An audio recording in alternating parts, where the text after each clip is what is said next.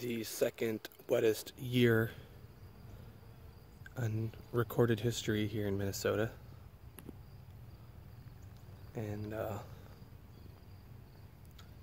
there's a Tyranno butterfly event happening here. There's about 1 trillion bumblebees and honeybees out here. These are honeys, these guys. I like to touch them.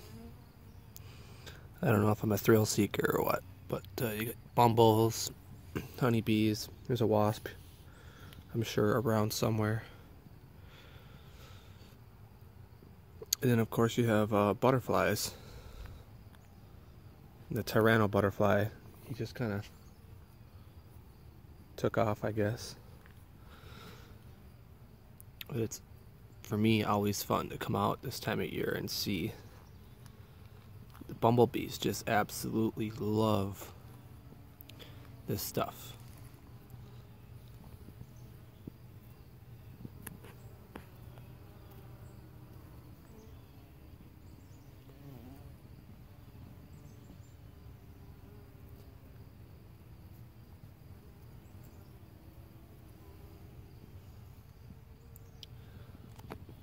I do have a bunny that is chewing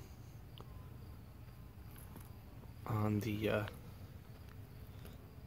there's one big hair, and he lives in my center garden over there. Every morning I get up, I come out and I shoo him away.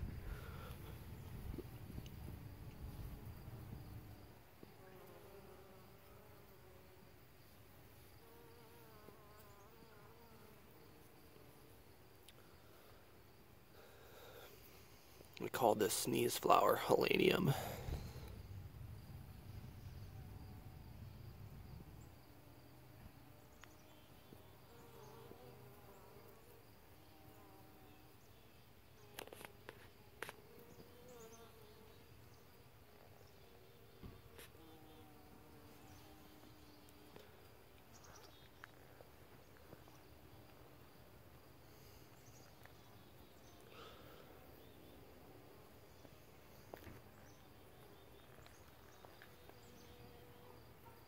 Yeah, see them? There's a couple wasps. And a box elder.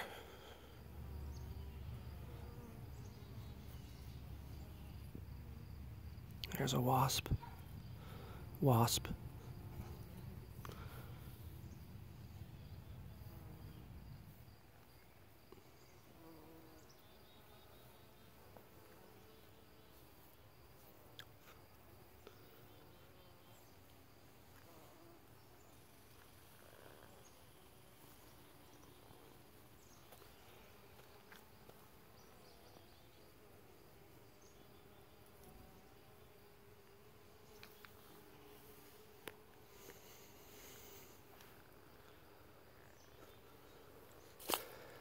And colder it gets, the more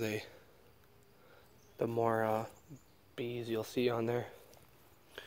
It makes you dizzy when they're completely covered because it's like a roving landscape. But see, they have these delicious smelling chrysanthemums.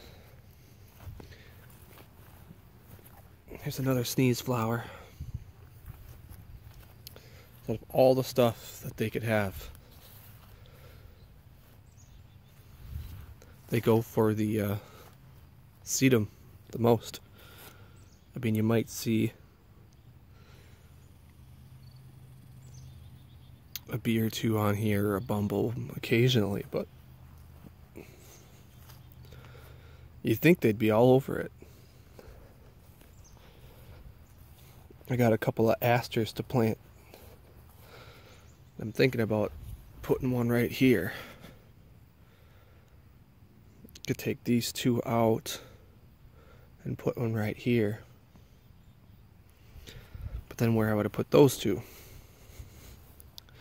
I gotta prepare more space.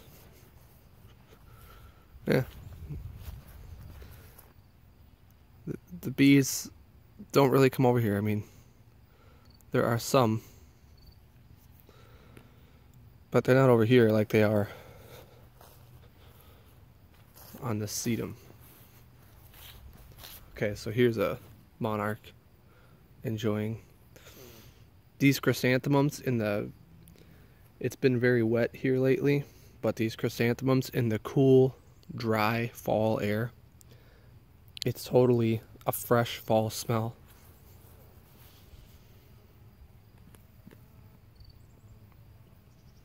Definitely a smell you associate with fall. But it's just been absolutely wet this year.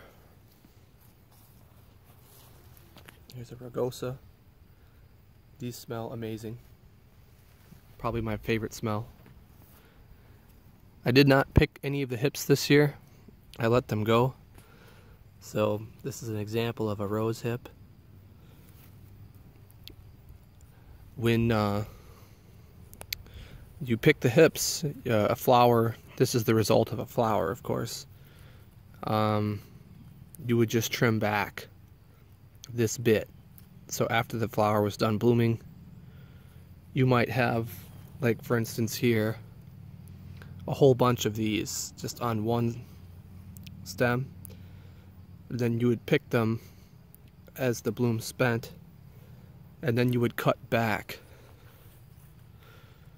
down to the next leaf system. You could do here, or if you want a bigger one, you cut further back, like back to here. You cut back to the next leaf branching. And I did that the last couple years, and these things were just all just covered in roses. But I didn't do it this year because I wanted to see what these hips look like. And look at these, like triple blooming, 1 row, 2 row, 3 or 4 rows of petals on here, and that is just a big rose flower. I have to snip it.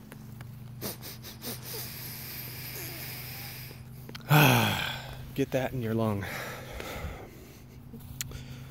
This guy, I did a bunch of pruning yesterday. I pruned 5 trees. I took quite a bit off, and that's gonna open up more oxygen, allow the whatnot in here to capture more carbon, grow. I planted some whiteys. I planted 4 white rugosa in here.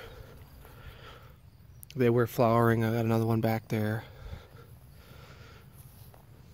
There's another chrysanthemum going crazy. Here's a, they call this pink pavement. Another rugosa. So, like for example, this one's pretty much spent, so you would just take it, nip it off, throw it, and then when this one's done, that will be the end of this shoot. So you can see here, you can cut it here,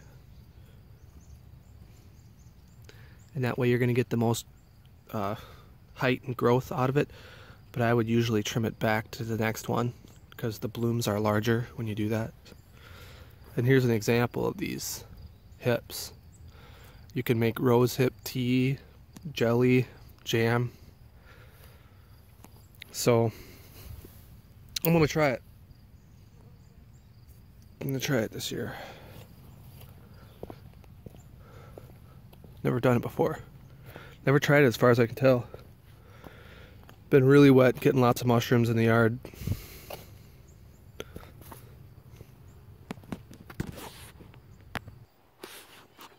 Take a look at the backyard garden. We got mock orange and lavender, more mammoth chrysanthemums. It's a red one. It's just absolutely enormous. I just planted this a couple months ago. All these I just planted a couple months ago. They're just enormous, hence the name mammoth. Lost a blueberry bush.